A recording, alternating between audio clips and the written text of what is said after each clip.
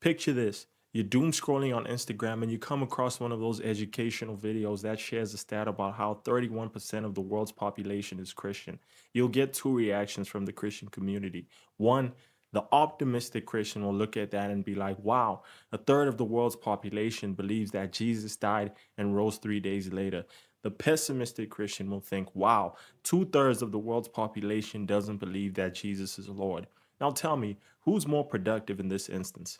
I think the pessimistic Christian is being more productive. And if anything, I don't think he's being pessimistic at all. Oftentimes, realism is viewed as pessimism because let's face it, no one likes to hear the truth.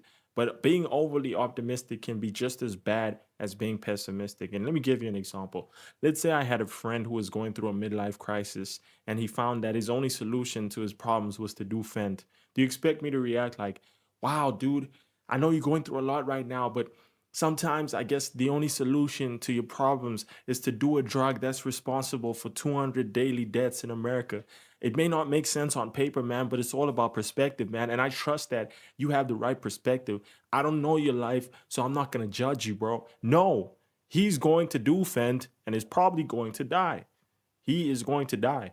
And just like how I would have to intervene for my friend and encourage him not to do Fent, who do you think is going to preach the gospel to the 70% of the world's population and encourage them to turn away from their sin? That's us. In Matthew, and Jesus commanded the apostles to preach the gospel to all nations and turn them into disciples. I just think it's funny how the apostles are also referred to as disciples. So basically, we're supposed to become like the apostles, being the disciples. We're supposed to be doing the same miracles they were doing and preaching the gospel, prophesying, speaking in tongues, all of that. And if I were to ask you if you were operating in your gifts, what would your answer be? For a very long time, mine would be no.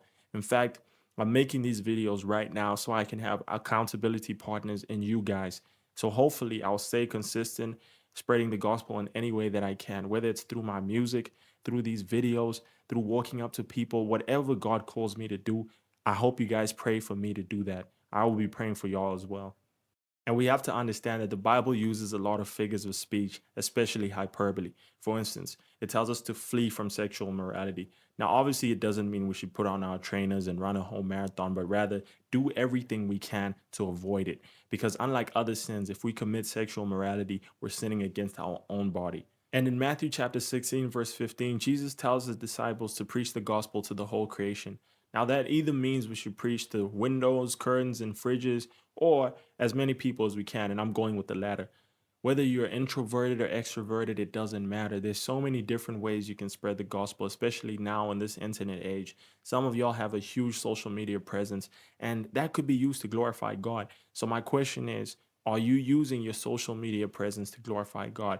And everything that we do, if we don't do it with faith, it is considered a sin. And that is why no one can make up for what Jesus did on the cross for us. And I'm sure you already know that, but I guarantee you there's someone in your life that doesn't. The best you can do is let them know about what Jesus did on the cross and dust your feet off if they don't receive it. You'd be surprised how many Christians are ignorant about what the Bible teaches.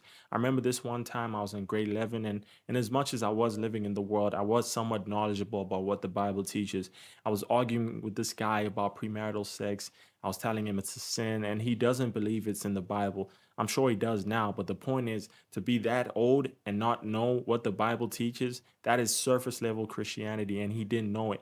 It is pretty expected in this day and age, but at the same time, that's not okay.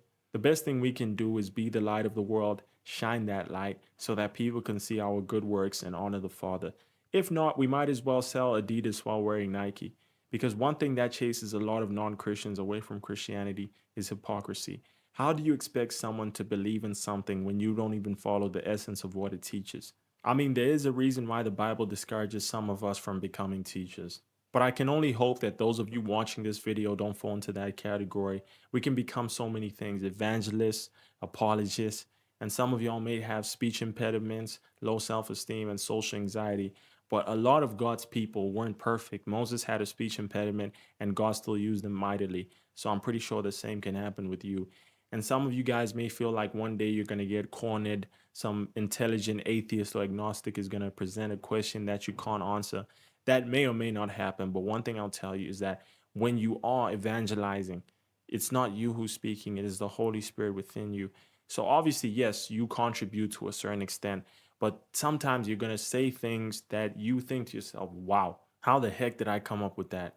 It can be so articulate that you can't even repeat it, no matter how hard you try. And that's just the Holy Spirit working within you.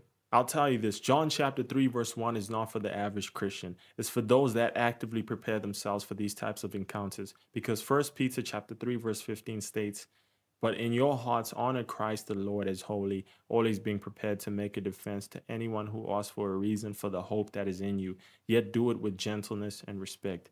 Meaning that we should prepare ourselves to defend the gospel. And how exactly do we do that? Maybe through reading the Bible, perhaps? Anyway, I hope you learned something from this video. Like and subscribe for more like this. Thanks.